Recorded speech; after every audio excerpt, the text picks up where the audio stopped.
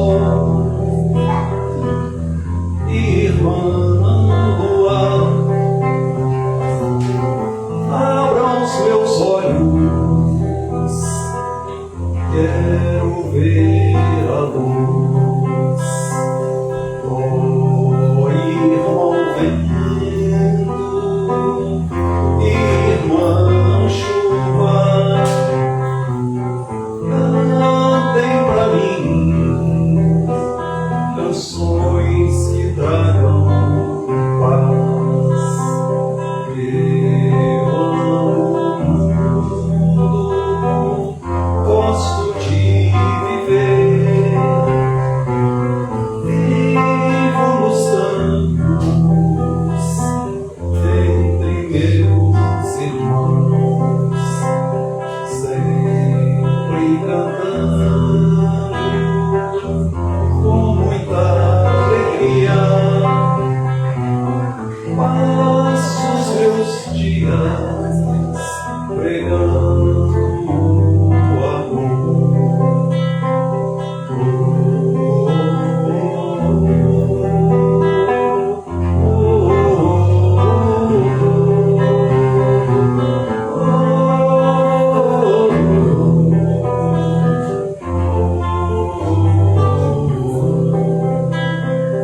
Sempre cantando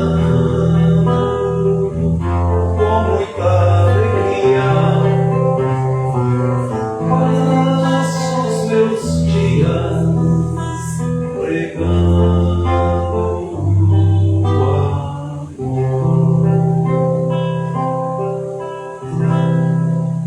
Boa noite a todos. Podem cantar à vontade. Estamos aqui só fazendo uma harmonização para daqui a pouquinho a gente dar início à reunião de hoje. Fiquem à vontade para cantar, relaxar, ouvir.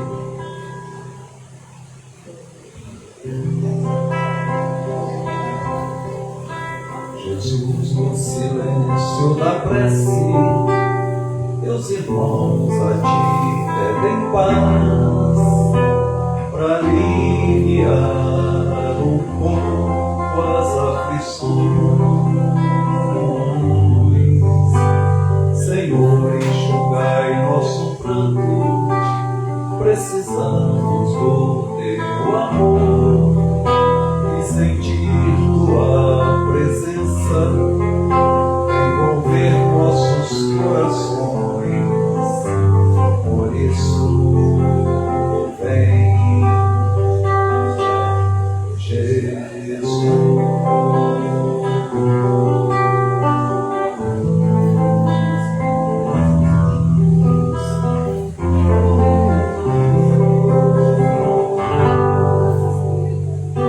Jesus, no silêncio da prece, meus irmãos a ti pedem paz, para aliviar um pouco as aflições. Senhor, enxugai nosso pranto, precisamos do teu amor e sentir tua presença envolver nossos corações. Por isso, vem, Jesus, e ao teu encontro queremos te seguir e afastar o mal da terra e acabar de vez a guerra. Caminhamos juntos com a luz e ao teu encontro queremos te seguir e afastar o mal da terra e acabar de vez a guerra que caminhamos juntos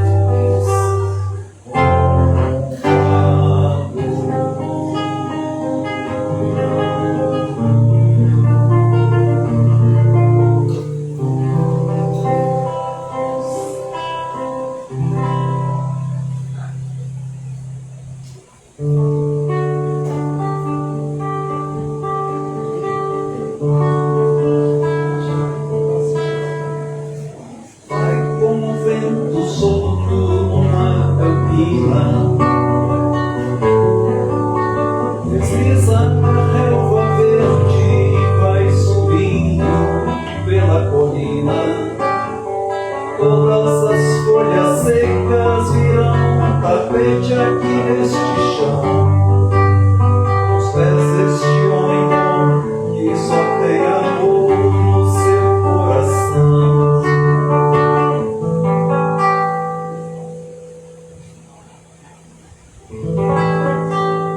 Vem outra madrugada que vem chegando, fala com os passarinhos, brinca com as flores, vai meditando.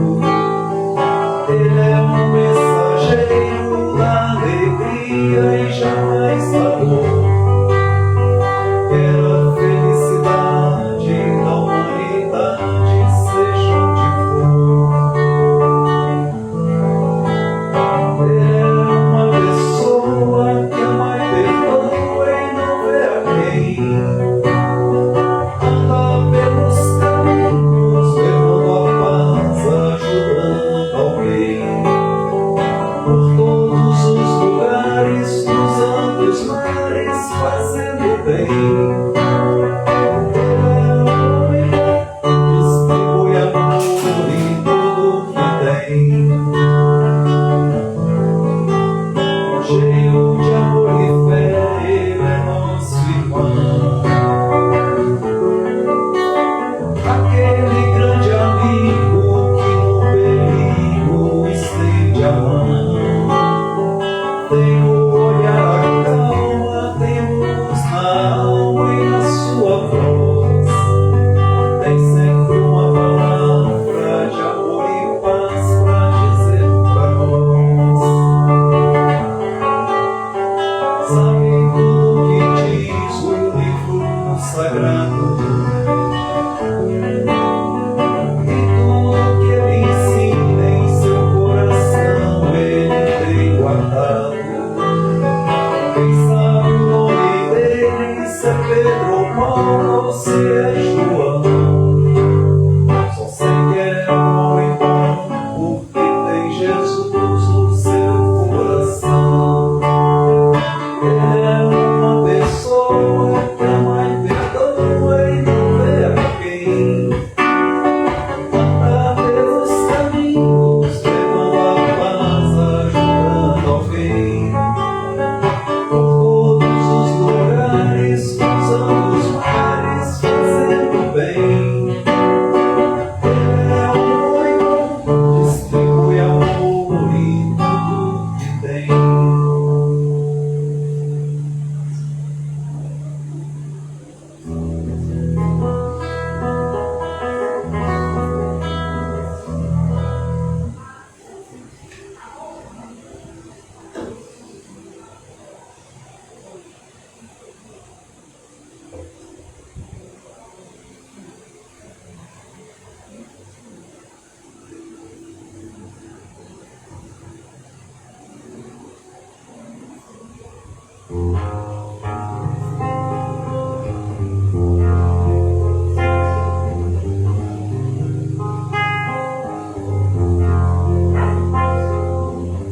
Pai, eu quero te amar, tocar o teu coração e me derramar aos teus pés. Mais perto eu quero estar, Senhor, e te adorar com tudo que eu sou e te render glória, aleluia. Aleluia, aleluia, aleluia, aleluia.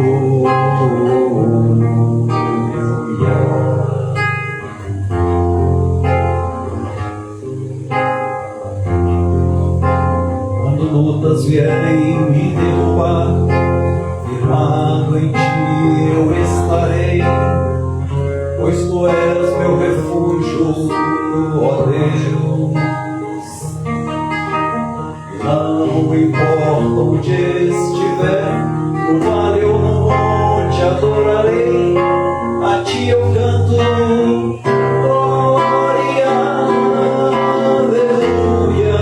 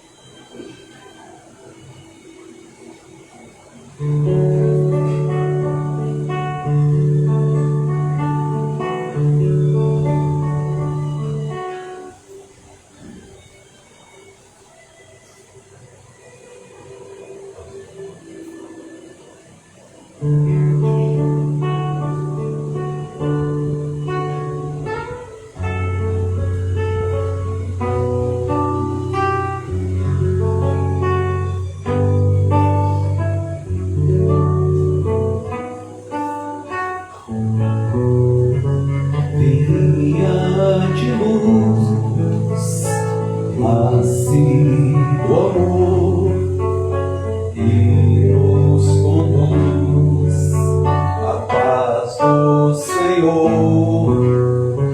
Vinha de luz, nasce o amor e nos conduz a paz do Senhor. Com o sol na terra a iluminar a nossa fé, vem renovar. Pai, tua messe nos livra dos véus, e nessa prece corremos aos céus. De luz, nasce o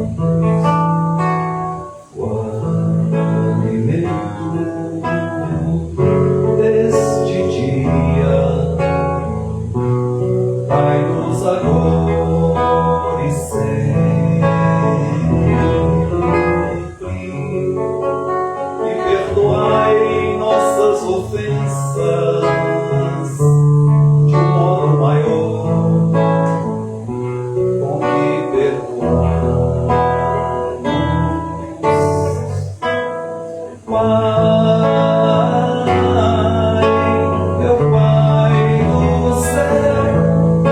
Pai do céu, eu quase me esqueci que o teu amor vela por mim, que seja feito assim.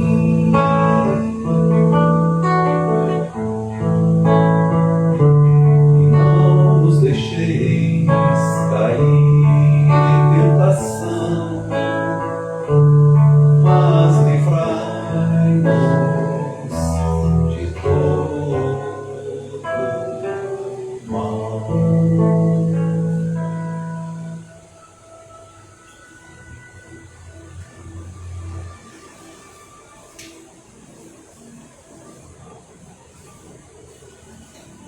Boa noite a todos.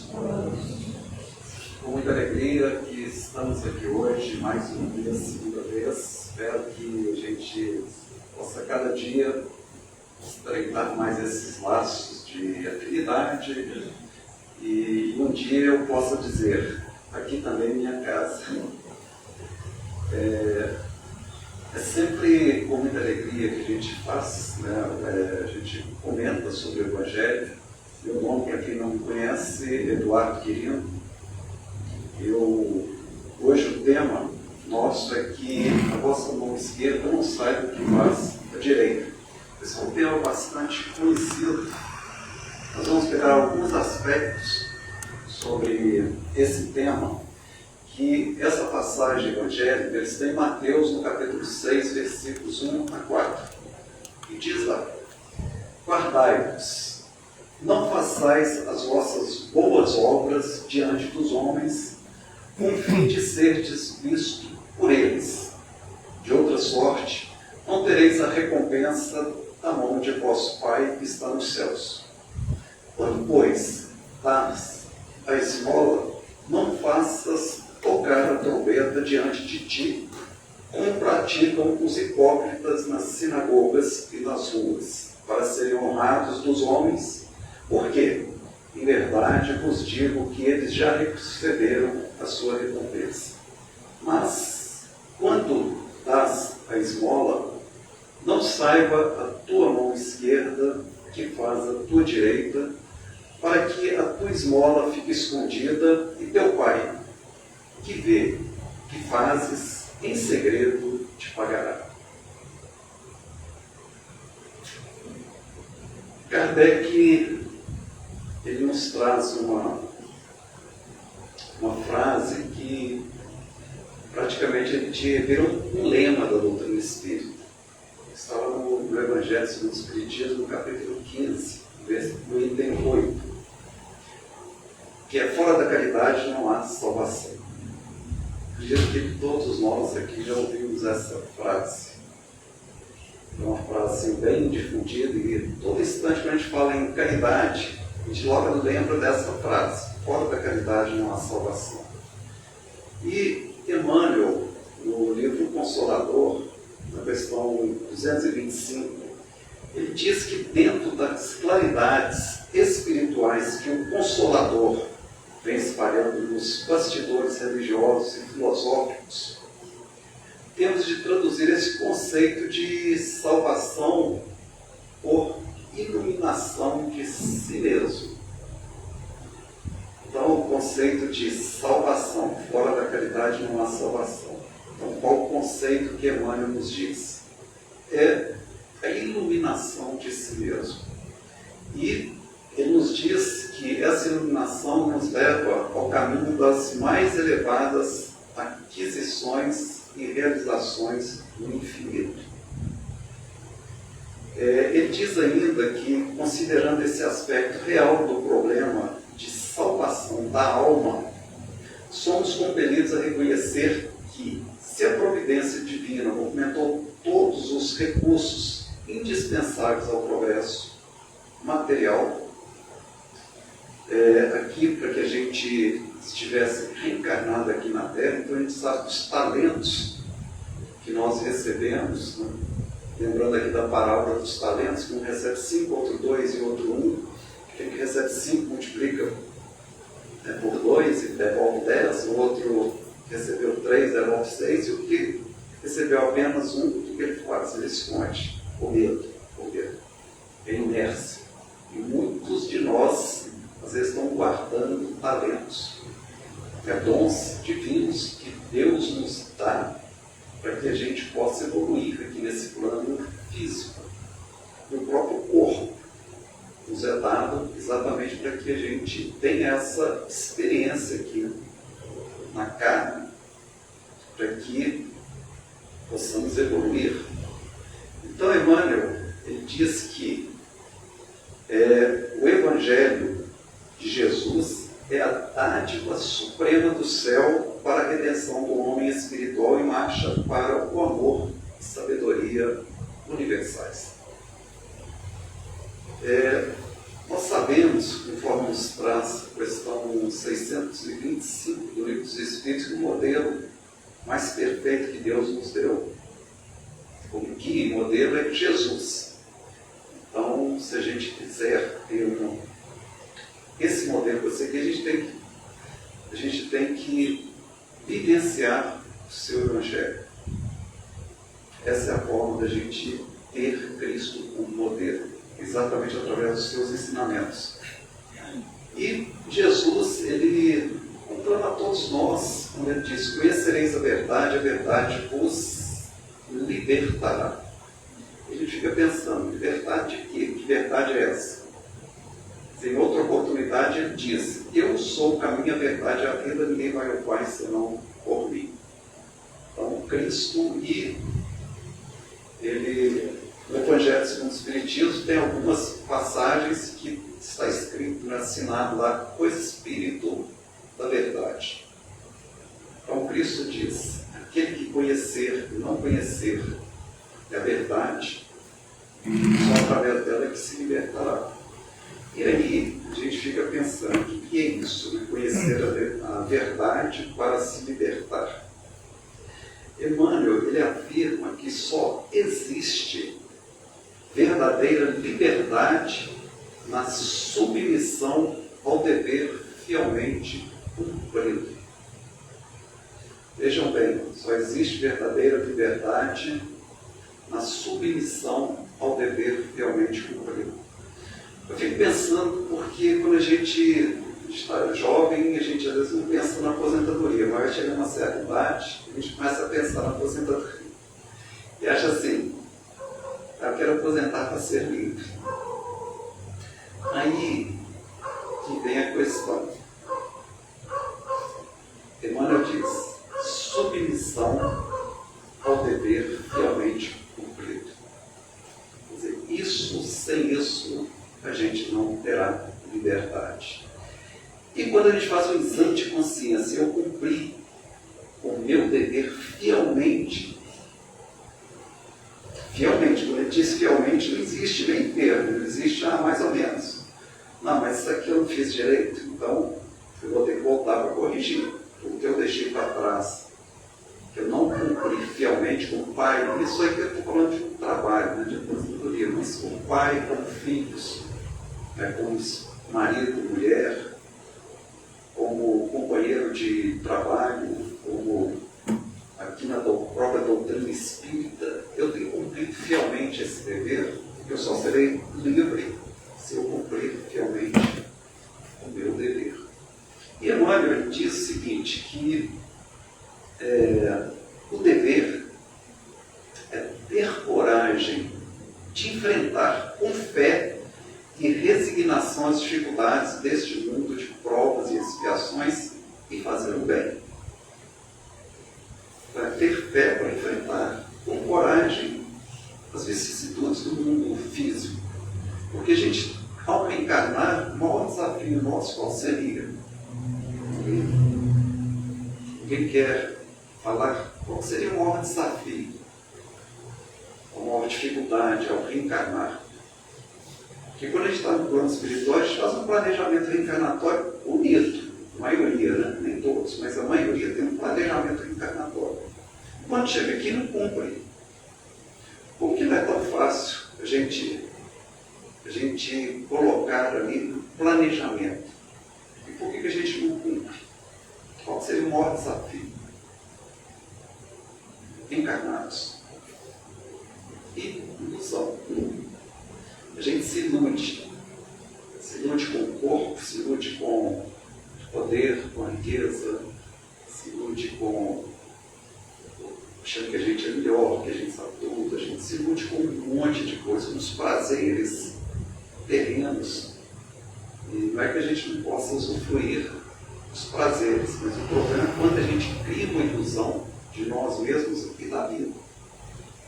E toda a nossa vida é voltada para as questões materiais, esquecemos que nós somos espíritos temporariamente no corpo material, e não o contrário.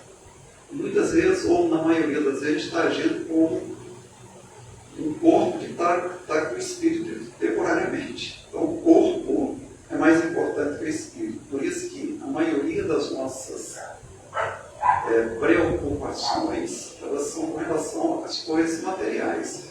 A gente não se preocupa muito com as questões espirituais, mas sim com as materiais.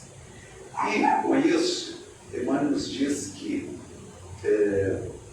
além desse dever realmente cumprido, a gente precisa fazer o bem. Então não adianta, a gente pode se iluminar, mas sem a prática da caridade, vamos nos estagnar. Porque essa autoiluminação significa conhecimento, conhecer a verdade, conhecer. No livro do Evangelho segundo o Espírito, o Espiritismo, o Espírito da Verdade nos diz: espíritas, amai-vos e instruí-vos. Conhecimento. Exatamente para que a gente saia da ignorância. E com isso, a gente pensar: o que é a salvação então? Salvação é a libertação de nossas imperfeições, perfeições morais. E com isso, a partir do momento que a gente se liberta dessas imperfeições, a gente não precisa mais passar pelos processos de reencarnação em mundos de expiação. Nós vamos ter provas, mas não ter necessariamente que expiar. Se eu estou domando as minhas imperfeições, conforme Kardec disse, reconhece o verdadeiro espírito pelo esforço que faz para domar suas más tendências. E também, quando ele faz domar suas más tendências, vamos lembrar do Paulo de Tarso, né, que fala que é necessário que morra o homem velho para que nasça o homem novo. Então, o homem velho é exatamente aquela pessoa cheia de deficiências morais, cheia de imperfeições. Então, morrer o homem velho é a gente deixar o passado para trás. Por exemplo, Paulo, no caminho de Damasco, ao se deparar com Cristo, o que acontece? Ele cai do cavalo, vê Cristo e fica cego diante de tanta luz. Ele reconhece ali naquele instante, ele reconhece que de fato era o Cristo. Naquele momento em que ele cai em si, deixa o homem velho. A partir daquele momento ele diz: Senhor, o que queres que eu faça? Aqui é uma nova proposta de vida. Ele saiu daquela função de um perseguidor para um propagador do Evangelho. E vivenciou. Por isso, lá na frente ele diz: já não sou eu quem vive, mas é o Cristo quem vive em mim. Isso é deixar o homem velho para que nasça o homem novo. Então, com isso, salvação é a libertação de compromissos com a quitação de débitos. Então, Paulo ele teve que passar e teve que quitar débitos. Tanto é que a morte dele foi por decapitação. Ele teve que quitar esse débito. Maria de Madalena, a mesma coisa, a partir do momento em que ela deixa a mulher desequilibrada, obsediada, se torna Maria de Madalena, seguidora de Cristo, uma trabalhadora incansável emissário de Cristo. A outra, Maria, dá um salto na evolução fantástico. Mas ela vai morrer leprosa, vai contrair a doença, quitando débitos. Lei de causa e efeito, não tem como a gente ficar livre da lei de causa e efeito. Lembrando que sempre tem misericórdia divina. Então, com isso, salvação a gente pode entender que é ter paz, né? Ter realmente a consciência tranquila, estar em paz, pelo dever realmente cumprido. Então, se a gente tiver assim, pensar, refletir, estou em paz com a minha consciência, esse senso moral, né, que o nosso juiz, estou em paz, onde estão escritas as leis divinas, né, conforme nos diz depois são 621 do livro dos Espíritos. Então, onde está escrita as leis de Deus, onde estão escritas as leis de Deus? A nossa consciência. Então, a partir do momento que eu tenho consciência tranquila, dever realmente cumprido, estou livre. Isso em qualquer lugar, em qualquer situação, seja que encarnado, seja desencarnado, seja no momento de tristeza, né, de dificuldade, seja no momento de alegria, de euforia, de felicidade. Então, salvação nada mais é do que nosso aperfeiçoamento moral. Isso que é salvação, aperfeiçoamento moral. Não é ganhar de graça o reino dos céus, quer dizer, o céu, porque Cristo diz, o céu está dentro de vós, então conquista. Então salvar é conquistar esse reino dos céus dentro de nós mesmos e seguir, né, e aplicar as leis divinas que estão nas nossas consciências, e através do Evangelho de Cristo ele vem reforçar essas leis, né, a lei do amor, e com aquela máxima, né, fazei ao outro aquilo que gostaria que vos fizesse. Bom, fundamento da caridade, faça ao outro o que gostaria que vos fizesse. E nesse estudo, né, de hoje, que a gente vai falar sobre não saiba a vossa mão esquerda e dê a direita, vamos abordar alguns aspectos. Primeiro, fazer o bem sem ostentação. Segundo, a distinção entre o que é esmola e o que é beneficência. E, finalmente, o que é caridade em pensamentos, palavras e ações. Então, essa questão do fazer o bem sem ostentação.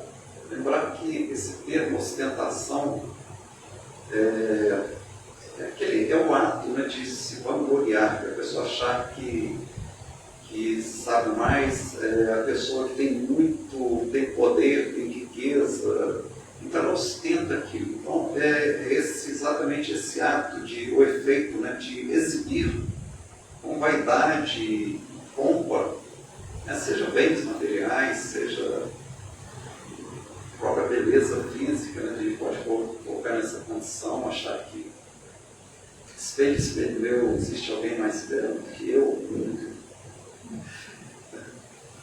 mas é mais bela, né? E então achar que isso, quer dizer, quando a gente coloca a ostentação, é quando a gente quer se vangloriar diante dos outros. E nós vamos ver aqui nessa não saiba a vossa mão esquerda, que é fazer o bem sem ostentação. E Kardec, ele nos fala no Evangelho segundo o Espiritismo, no capítulo 13, no item 3, que fazer o bem sem ostentação tem um grande mérito. Esconder a mão, aquela mão que dá, é ainda mais meritório. Então, se fazer o bem sem nenhuma ostentação tem um grande mérito. Mas fazer de tal forma que a mão esquerda não saiba que dê a direita, isso aí implica uma condição de superioridade moral. superioridade moral. Vamos lembrar daquela senhora, isso tem lá no Evangelho segundo o Espiritismo, capítulo 13, em que ela vai numa casa, num bairro distante, né, um bairro bem simples, e ela vai socorrer uma família ali que era necessitada, que o pai estava doente, né, e no hospital. Então ela atende aquela mãe, as crianças recebem uma toda euforia, então ela leva mantimentos, leva roupas, leva assim, material escolar para as crianças, para exatamente assegurar que elas não ficassem sem aula e tal, o necessário para que elas continuem vivendo. E não é uma condição de mendicância aquela família, é uma situação que eles estavam passando de muita dificuldade em função do pai estar hospitalizado. E a mãe leva a filha pequena, para ela ver na prática como é praticar a caridade. Só que aquela mulher, ela assim, tinha muito recurso, ela deixava o cadeia com roupa simples, exatamente para não humilhar aquelas pessoas, com roupa que se vestia simplesmente, uma mulher que tinha riqueza, mas ele, né, sem ostentação. E deixava a van bem escondida para ninguém ver que ela está chegando no carro, né? Que ali ela ia distribuir para outras pessoas também, para outras famílias. E ela disse para a filha dela que a filha não estava fazendo nenhuma caridade, porque a partir do momento ela só estava lhe acompanhando, mas quem estava fazendo a caridade era ela, a mãe. E a filha não tinha nenhum recurso. Então o que ela estava doando ali dela? Então ela poderia doar outras coisas que a gente vai ver aqui para frente, mas não materialmente, porque quem estava ajudando materialmente era a mãe. Mas a gente fala, né, da ostentação, que Kardec nos diz que essa mão, né, a mão esquerda não sai fora da direita, ela caracteriza essa beneficência modesta. Quer dizer, a beneficência modesta é aquela que não tem falsa modéstia, porque muitos doam, mas deixa a mão lá para ver que está doando. Então faz alguma obra de caridade, mas se não tiver o nome estampado ali, quem fez isso aqui, ou sair nos jornais, ou sair publicado de alguma forma. Hoje nas mídias sociais a gente vê isso. Se é muito fácil alguém praticar algum ato de caridade, mas divulgue que eu te fiz. E essa questão da esmola, né? Porque na questão 888, Livro dos Espíritos, Kardec perguntou o que deveis, né? o que se deve pensar da esmola. Que esmola? E aí quem responde é São Vicente de Paulo. E São Vicente de Paulo, ele esteve aqui por volta de 1500 e pouco, tem a Sociedade São Vicente de Paulo, uma sociedade fantástica. Aí essa Sociedade São Vicente de Paulo, nessas obras aí de beneficência, né, obras de beneficência, graças a uma iniciativa dele, há 500 anos que ele iniciou essa obra. Por trás dessa instituição tem um homem milionário que ninguém sabe quem é. Eu sei que eu trabalhei com ele. Ele está atrás dessa obra todinha, ninguém sabe quem é que está. Esse que não aparece para nada. Não sai da nossa mais esquerda. O mérito está exatamente nisso, não sai. Essa senhora que eu falei, tem passagem do Evangelho que uma das assistidas dela, um dia bate na casa dela para vender uma das roupinhas que ela mesma tinha doado. E quando vê que era ela fala assim, em silêncio, não falem que sou eu, tá? Mas não falem que sou eu que estou doando. Não divulgue isso. E Cristo fazia isso. Em algumas situações, ele dizia, né, quando era na cura lá de alguns enfermos, ele falava, mas não fale para ninguém. Em outras situações, o leproso mesmo, ele fala, vai lá e fala para os sacerdotes, que ele tinha intenção de mostrar aquela situação. Mas ele normalmente falava para não divulgar aquilo. Mas a esmola, segundo São Vicente de Paulo, nessa questão 888, ele diz o seguinte: o homem condenado a pedir esmola se degrada física e moralmente. Ele se embrutece. Uma sociedade que se baseia na lei de Deus e na justiça deve prover a vida do fraco, sem que haja para ele humilhação.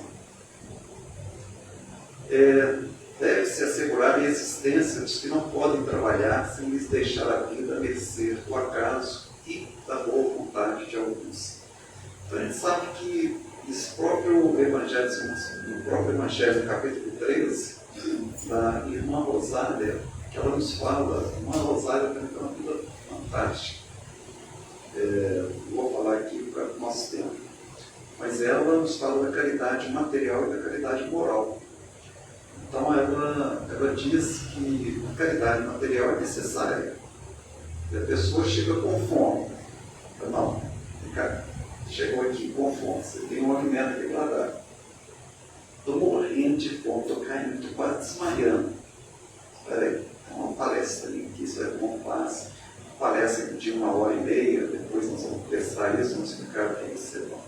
Aí depois disso nós vamos te dar alimento. Isso é falta de caridade, né? Ele está desmaiando de fome. Eu alimento material primeiro, depois espiritual. Então a gente tem que ter um cuidado, muitas vezes. Nós vamos ver aqui para frente que a maior necessidade da humanidade nem é o alimento material, mas é o alimento espiritual. Porque esses ricos e pobres são necessitados. Muitas vezes os ricos, eles se escondem porque querem se humilhar, então precisam de ajuda. Uma ajuda psicológica, uma ajuda assim, uma palavra de conforto. Esses são os maiores necessitados, muitas vezes. A gente precisa atender a todos. Mas, então, o São Vicente de Paulo diz que não é reprovar a esmola, que não reprova a esmola, mas é a maneira que habitualmente ela é dada. Então, aqui nós temos duas situações, porque ele diz o seguinte, que a verdadeira caridade é sempre bondosa e benévola, está tanto no ato como na maneira que é praticado. Qual que é o ato? Daí, no esmola. Esse é um ato. Mas como eu dei? A maneira. Não saiba a vossa mão esquerda que dê a direita. A esquerda representa maneira. A esquerda representa sentimento. A direita, razão. Então eu dou uma razão. Por que eu estou dando? Emmanuel diz que muitos dão, mas poucos sabem o que dar. E esse dar o ato, por isso São Vicente de Paulo fala que a questão não é dar, mas é a forma como se dá alguma coisa. Esse é o grande problema. Por exemplo, alguém pede alguma coisa no sinal. Como que a gente está? A gente está no carro, isso é comum toda hora. Deixa um dinheirinho ali, não vai, deixa um biscoito. Não dá para a pessoa pedindo ali. Depende do que ela vai fazer com aquilo, mas dei. Como que eu dei? Simplesmente um ato maquinal ficar livre daquela pessoa rápido. Dei. Acabou. Acabou minha obrigação, consciência. Dei. Estou livre. Ou eu dou um sorriso, eu olho para a pessoa. Deixa eu ver. Hoje, em cidade grande, as pessoas têm medo, né, de abrir o vidro, têm medo de ser assaltado. Então, isso existe. Mas, na maioria das vezes, a gente não abre, não é nem por medo, é por... não, isso é... A gente julga que ajudando aquela pessoa, mal sabendo o que ela passa. Tem uma história que Neio Lúcio conta de um homem, no livro Nosso Lar, Jesus no Lar, Nosso Lar não, Jesus no Lar, que ele conta que um homem estava na rua, ele pedia as coisas, as pessoas viravam, né, não olhavam, assim, alguns sentiam nojo dele, porque além das roupas dele estarem estragadas, né, assim, às vezes com mau cheiro, porque ele não tinha ali recurso para tomar um banho. E então as pessoas desprezavam, olhavam para ele com aquele olhar de nojo, né, de ácido, nojo, de repulsa. E ele, certa vez, diante de uma vitrine, né, numa padaria, aí veio a polícia já tirando dele as pessoas, um ladrão que está ali querendo roubar. E é um bêbado, olha como ele está tremendo. Aí ele pensando, né, gente, eu tenho 3 dias que eu não como absolutamente nada. Os meus filhos estão em casa, passando fome. O que eu ganho aqui, eu levo para eles, porque eu estou desempregado, não consigo emprego. Então, eu estou tremendo porque eu bebo. Não é nada disso, nunca bebi.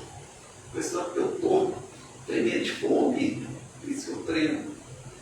E aí ele diz que o que ele gostaria é que as pessoas simplesmente dessem atenção para ele. Um olhar, um sorriso, um carinho. O que ele mais esperava das pessoas. No entanto, todos que passavam por ele desprezavam. A gente julga muito as pessoas pelas aparências. Chico Xavier, certa vez, ele estava caminhando, aí ele se deparou com um mendigo. Ele parou, tinha uma pessoa correndo com o Chico, e esse mendigo se aproximou de Chico. Chico foi lá, pegou as mãos dele, beijou as mãos daquele mendigo, assim, com alegria, com aquele olhar dele de ternura, né, de amor. Ele beija a mão daquele mendigo, e depois sai. Aí a pessoa que estava pelo Chico, você vai sair beijando a mão de mendigo, não sabe se está sujo, nem nada, assim, beijando. Aí Chico virou para ele assim, eu nunca vi tamanha luz que saiu desse mendigo. Então ali, um espírito, uma condição nobre, que veio nessa condição de mendigo, por uma provação, por uma prova, né? Não é expiação, mas de uma forma até de progredir mais rápido. Veio naquela condição de mendigo, por escolha própria, sem ter necessariamente que passar por aquilo. Não era por um débito, mas sim por uma escolha, até para exemplificar a simplicidade, às vezes, que são as coisas, né, materiais, o poder, a roupa, é que faz a pessoa. E lembrando aqui, um caso também que aconteceu em São Paulo, sei que foi uma armação, em plena praça lá em São Paulo, aquela famosa lá que eu esqueci agora, Praça da Sé. São Paulo era Praça da Sé, assim. Eles filmaram um homem, né, normal, a roupa normal, e simulando que ele estava passando mal. Então ele começa assim, a ficar meio tonto, sentindo, começa aquele negócio que vai passar mal, que vai cair, e até que ele vai encostando ali, cai no chão, as pessoas passando. Até que uma pessoa foi e socorreu ele. Aí, passado algum tempo, né, meia hora depois, ele volta com a mesma cena, só que de terra. E aí ele simula a mesma coisa. começa a cambalear, desce segurando ele. O que está acontecendo? Então a gente vê assim, como que a gente acha que a pessoa que está bem vestida, esse aqui, nós vamos socorrer. Ele está sempre esperando uma retribuição. Isso aí é exatamente em busca de algum reconhecimento, de uma retribuição. Mas essa mão direita, né, que é simbolizando esse ato, né, de dar, e a esquerda simbolizando a maneira como se dá, essa é mais difícil, porque ela vai envolver emoções, envaidecimento, interesses. Por isso que essa mão esquerda, né, não saiba, exatamente para que a gente preste atenção quando a gente... E nós vamos ver aqui para frente ainda sobre o que é caridade no sentido mais amplo, né, que não se resume às questões materiais, como que a gente faz que essa mão esquerda não saiba o que a direita, que a razão está fazendo.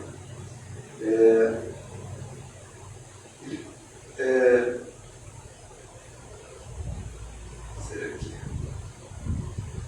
Então, essa distinção entre esmola e beneficência, São Vicente Paulo, nessa mesma questão dos Espíritos, na 888, ele diz que deve-se distinguir a esmola propriamente dita da beneficência. Nem sempre o mais necessitado é que pede.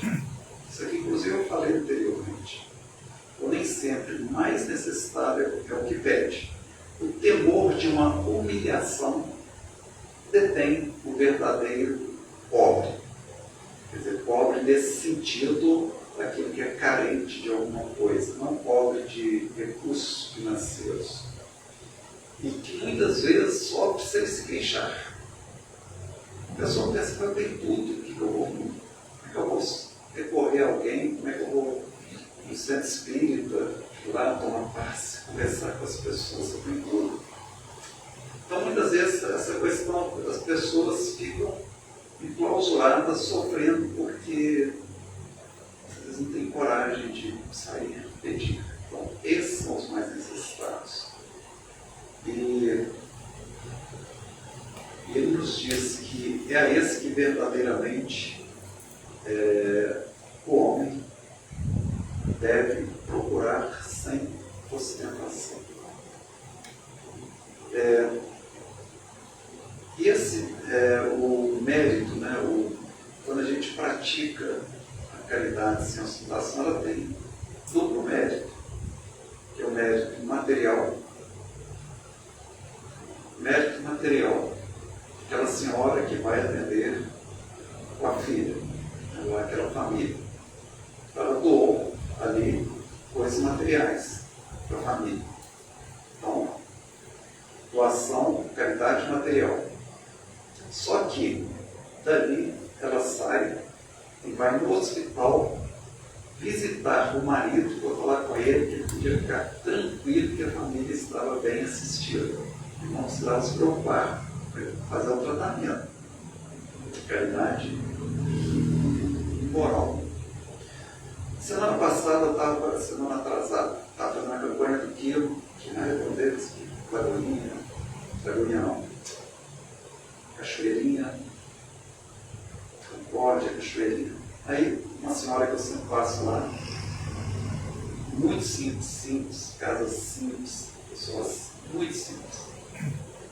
Aí, conversando com ela, aí ela me falou, a gente estava falando negócio de caridade material, caridade moral, e ela falou que naquela semana tinha passado uma pessoa lá morrendo de fome, um rapaz morrendo de fome.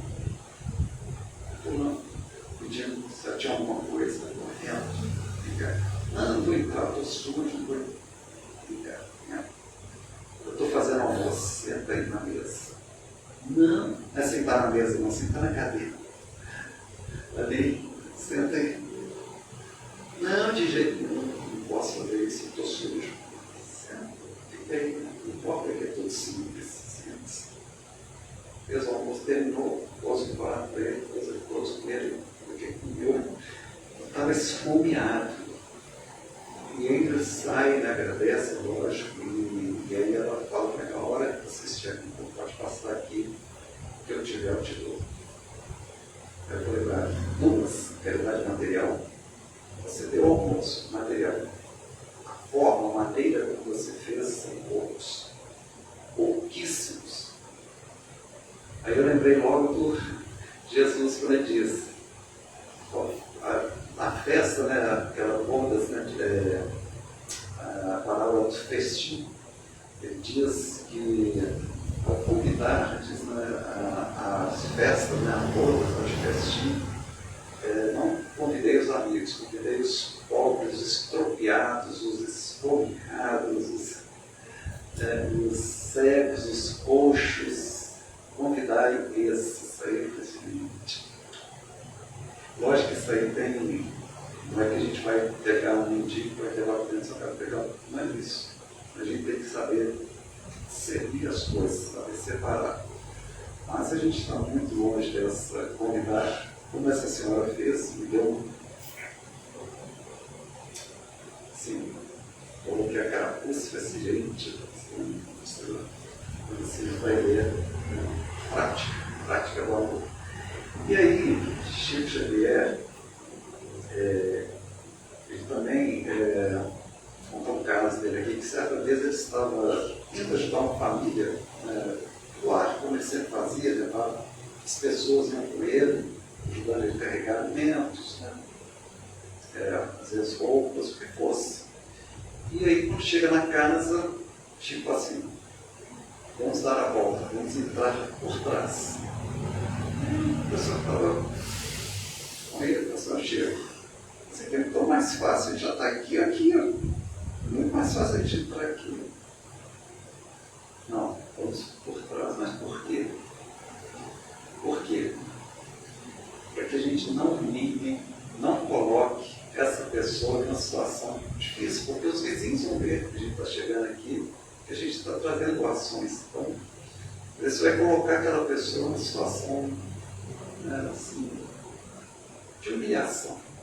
Então, vamos fazer sem que ninguém saiba, sem que exponha essa família. Isso é fazer o bem sem ostentação, sem deixar para a esquerda, sai viver à direita. E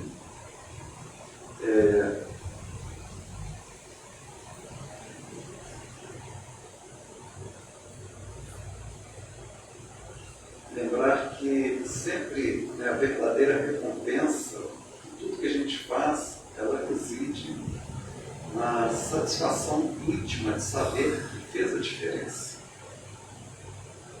Seja uma palavra, seja um copo d'água, fez uma diferença. Porque a caridade, sabe que a caridade, ela contempla, né, o pensar, o sentir e o querer. Então, o que eu penso, o que eu sinto e o que eu quero, de fato, fazer. E um espírito protetor, no capítulo 13, no item 10, ele nos fala que existem diversas maneiras de praticar a caridade.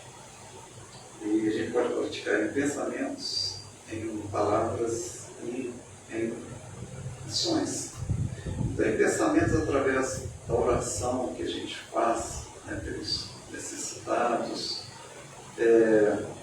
a gente desejando algo de bem, né, a gente mentalizando aqui, por exemplo, quando a gente às vezes está tomando um passe, mentalizando alguém que está doente, isso é caridade, pelo pensamento. Por quê? Kardec nos fala lá na Gênese, no capítulo 15, no capítulo 18, a respeito do pensamento.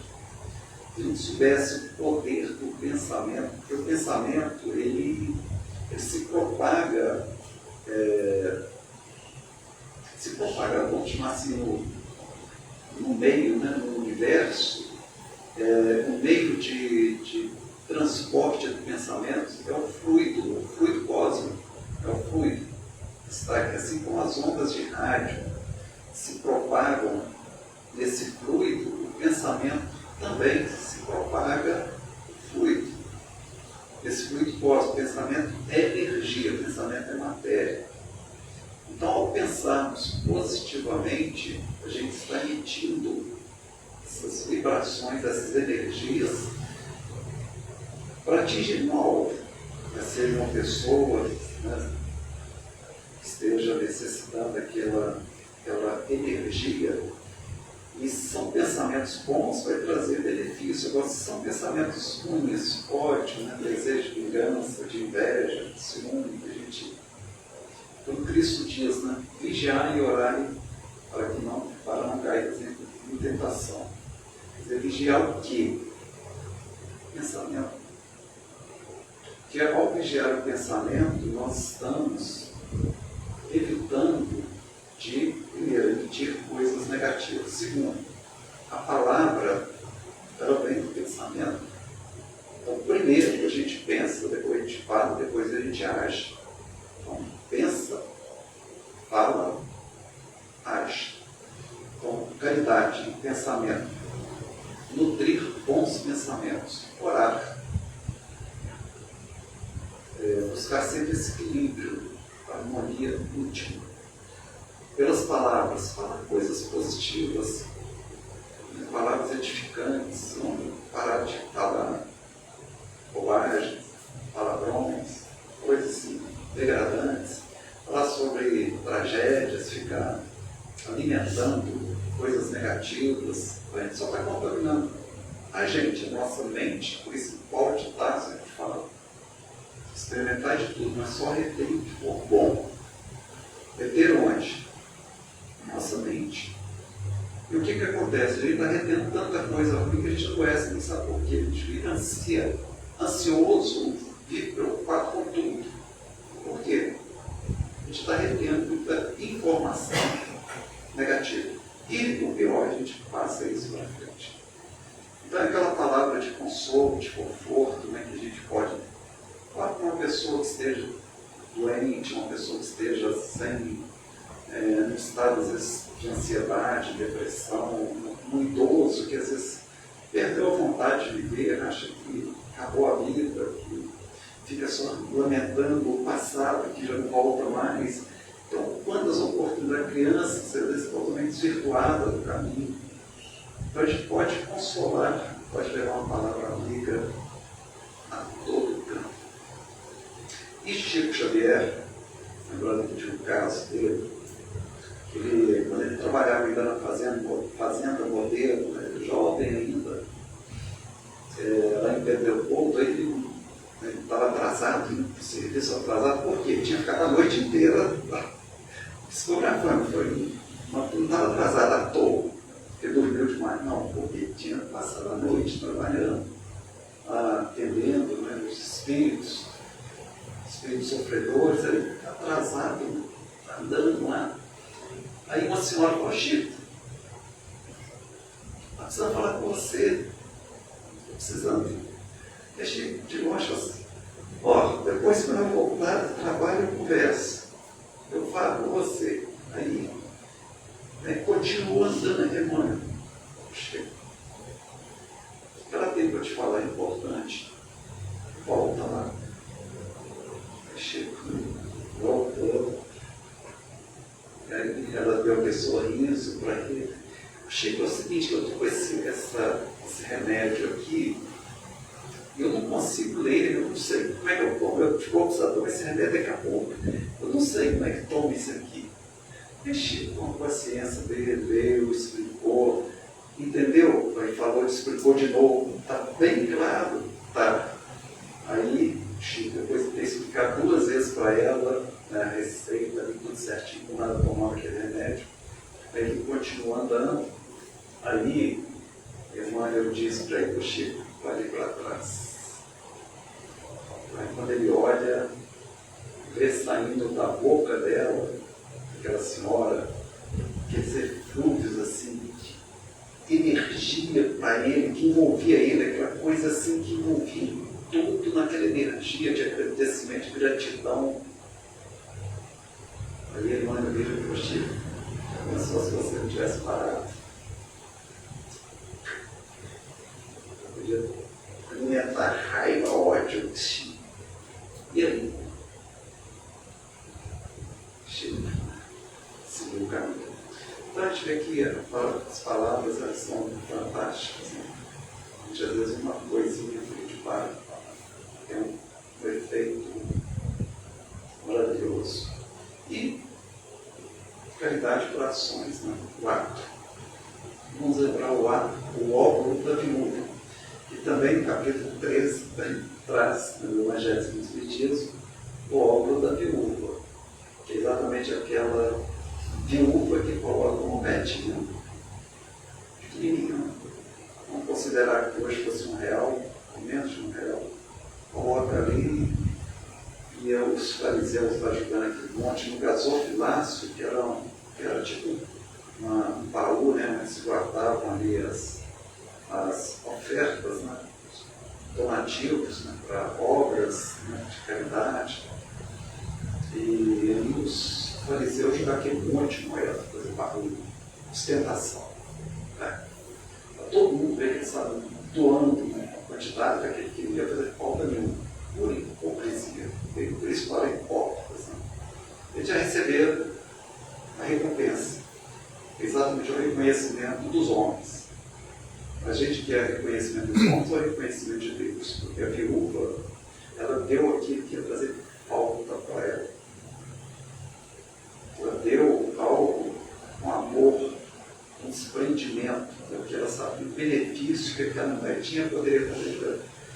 Que fosse tão pouco, mas era pouco que valia muito mais que todos que estavam doando ali. Ela deu de fato algo que ela tinha escassez. E aí a gente percebe que doar, né, um ato de doação, que no Evangelho, no Livro dos Espíritos, também a gente vai encontrar lá, se vocês lembram aqui da questão,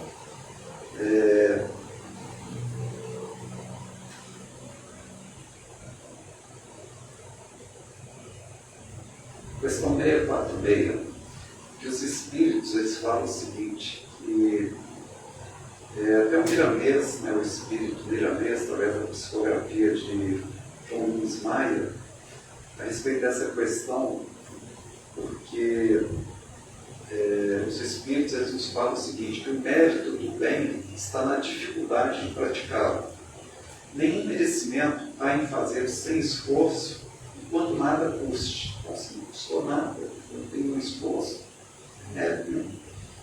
E em melhor conta Deus tem, né, sobre aquela pobre viúva que divide com o outro seu único pedaço de pão do que o rico que apenas dá o que lhe sobra. Então eles estão falando aqui que é questão de dividir. Que a gente deve, no Miramês ele fala que se deve dividir o pão, não é dar tudo. Então se você divide, se você der tudo que você tem, você vai passar dificuldade. Agora, a viúva deu tudo, aí por quê? Fé dela que ela seria provida. Porque Cristo fala, não vos preocupeis com o dia de amanhã, cada dia vai ser morto. Não importa, eu tenho fé que amanhã eu consigo. Como natureza. A fé, além de tudo, ela doou um sacrifício, ela fez um sacrifício.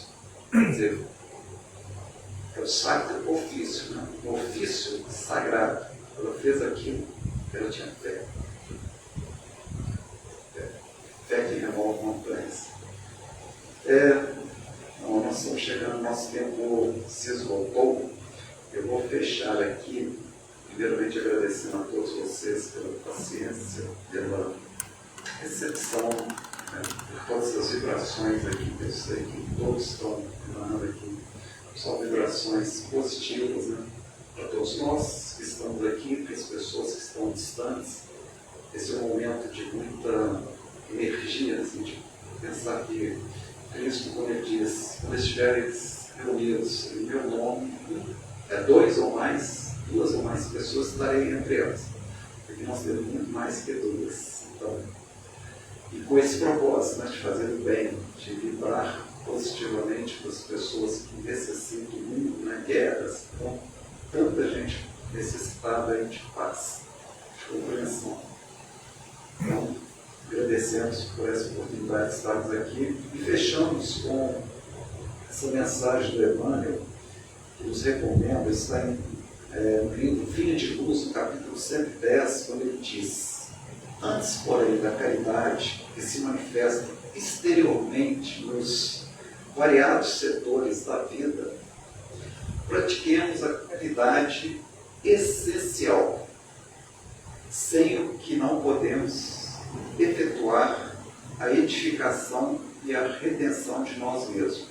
Quer dizer, pratiquemos a caridade essencial. O que é isso? Trata-se da caridade de pensarmos, falarmos e agirmos segundo os ensinamentos do Divino Mestre, que nos traz, né, no seu Evangelho de luz. E essa, segundo Emmanuel, é a caridade que é a caridade de vivermos verdadeiramente nele, em Cristo, para que ele viva em nós. Paz a todos. Obrigado.